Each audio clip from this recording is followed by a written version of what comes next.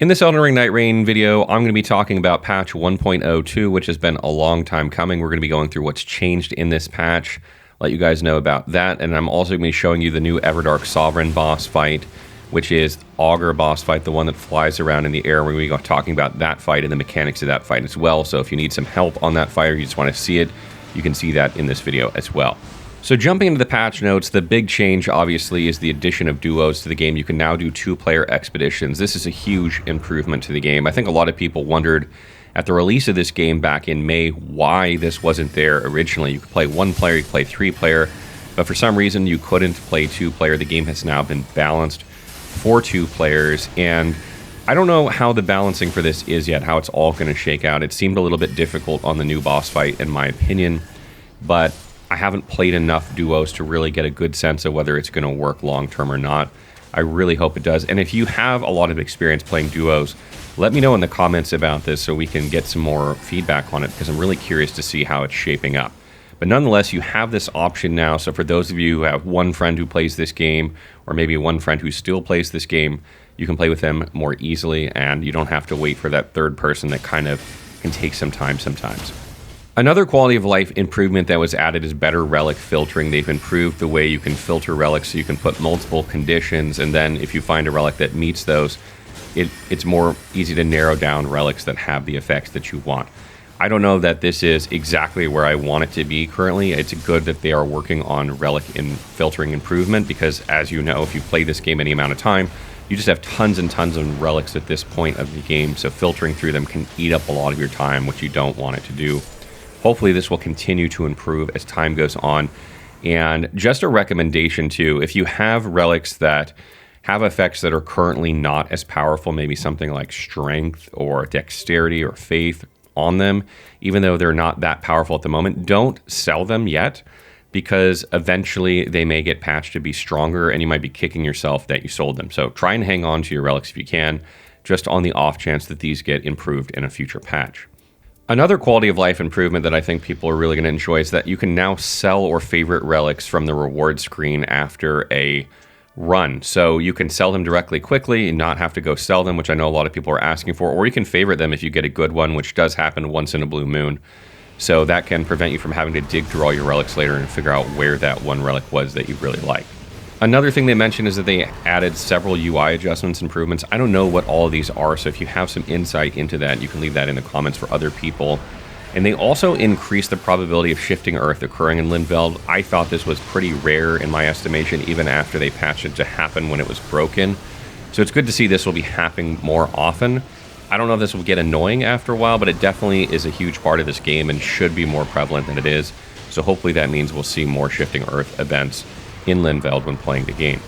Moving on to the bug fixes, the first one here is they increased the visibility of the mark left by Iron Eye's character skill, so you can see the mark that he has on enemies more clearly, which is nice. I don't think this was overly difficult to do to begin with, but sometimes I had a difficulty seeing the mark, so that's a nice little improvement for Iron Eye. Another bug fix for Iron Eye is that the partial HP restoration on post-damage attacks was apparently a bug not applying to bows. I didn't think this was a bug because that seems extremely powerful. But now, if you have that relic on Iron Eye and you attack with a bow, or any character and you attack with a bow, you will be able to regain HP after taking damage. So that could be a really, really strong relic on Iron Eye now. In terms of other bug fixes, there's a lot of bug fixes around Recluse's affinity residues. It seems like some of the things were just not working properly with that. If you've ever played Recluse, you'll probably have noticed this, that sometimes it's doing what it should and sometimes it's not. So there have been some improvements there. So that should work more regularly than it has been. And here's an interesting bug. It says, we're inputting a brief movement command while guarding could cause a large instantaneous movement. Definitely noticed this when playing Guardian, so this should make playing Guardian a bit easier. Another bug is that smaller Nightfarers such as Revenant had a difficulty hitting enemies with fists and dagger weapon types. This is probably an interesting bug. It's not one that I particularly noticed. I mean, these weapons typically have short ranges anyway, but considering that Revenant starts out with a fist weapon, this is probably a really good improvement for her. They've also made it now so that the attack power increased from Roar and Breath attacks, and the talisman that affects these will apply to Executor's ultimate art when he's transformed, when he does the Roar attack. So if you're playing Revenant, these things are definitely something to look out for if you like using that attack. Here's a nasty bug that was fixed, a bug where near-death players could not be saved after being downed by a grab attack, and resurrected players would no longer be targeted by enemies. That is a really bad bug. It's one that's been plaguing the game for a while. I'm glad to see that that is fixed. So moving on to the Everdark Maris Fathom of Night fight. This is actually not too difficult in the first part of the phase. This is the same mechanics that you'd be facing if you were fighting him normally. You won't see my gameplay in here because I'm actually visiting family, so this is Fex and Tyr and a random playing. But you can see they're all ranged characters, which makes this fight go a lot easier, obviously, because this character, or this boss, just moves around a lot.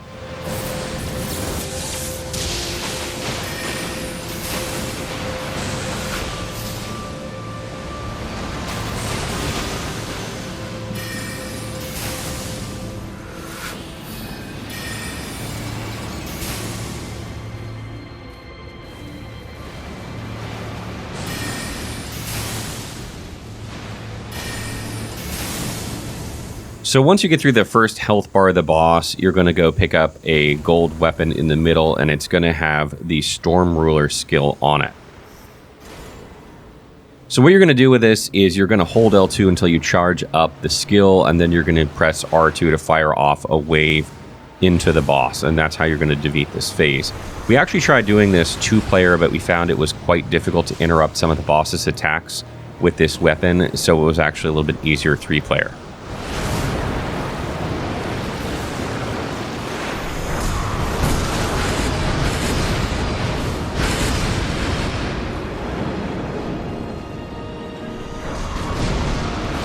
So you'll notice one of the attacks the boss has in this phase is like these sort of bubbles, projectiles that shoot at you and explode. You kind of have to dodge these as they're incoming. It's kind of more of like an advanced version of a similar attack in the regular version of this fight.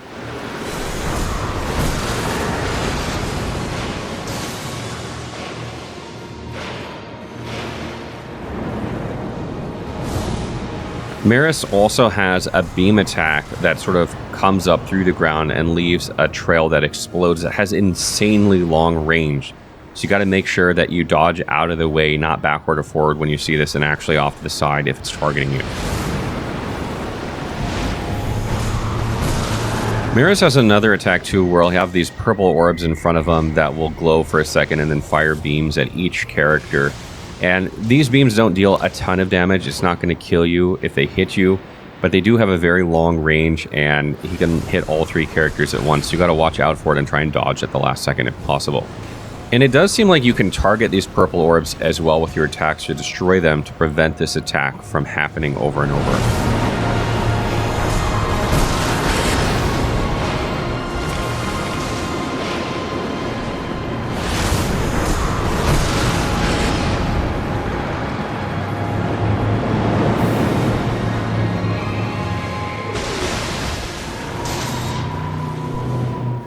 He does do his sleep attack in this phase where he'll float off and try and put everyone to sleep, but it does seem like it can be interrupted if you hit it with enough attacks while this is going on so that you don't all go to sleep.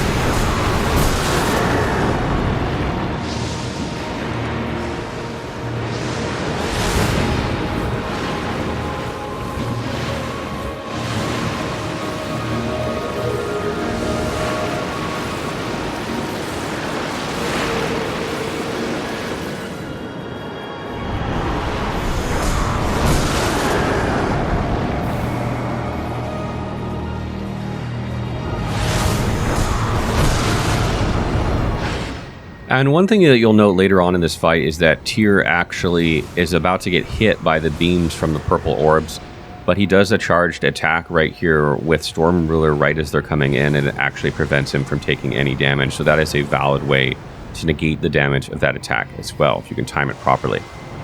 And the last attack you have to look out for is he kind of puts like this blob of slime, a very large blob of slime, I don't know what else you would call it, onto the ground. It's kind of like a mist that if you stand in, you'll take damage over time. So if you see that, you need to get out of there or you're just going to keep taking damage.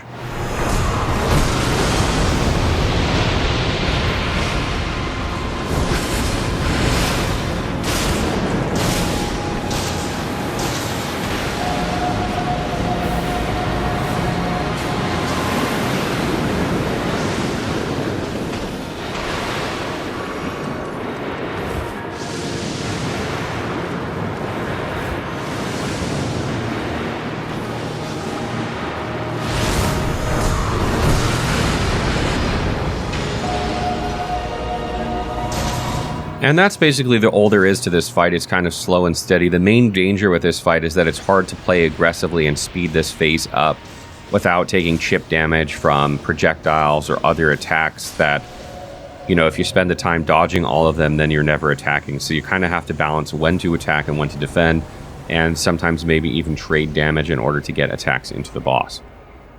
The relic for this fight, I think, is actually pretty solid. It increases your max HP by 100. It gives you HP recovery. I think it's +1 per second. And it slowly restores HP for yourself and nearby allies when you have low HP. This is probably best on a Guardian character that is going to be taking some chip damage through their blocks that can then replenish it. And if they get really low, they can get even more health recovery to try and stay alive until they can get a res on their teammates. So I think this might find a home in some Guardian builds or maybe some new player builds for people that are dying easily, but I don't think it's going to be in a lot of like meta DPS builds just because it doesn't contribute to damage in any way. So that wraps up our Nightreign video on the new patch as well as the new boss. Are you guys checking it out? Have you beat it so far? Let me know what you think of it in the comments below.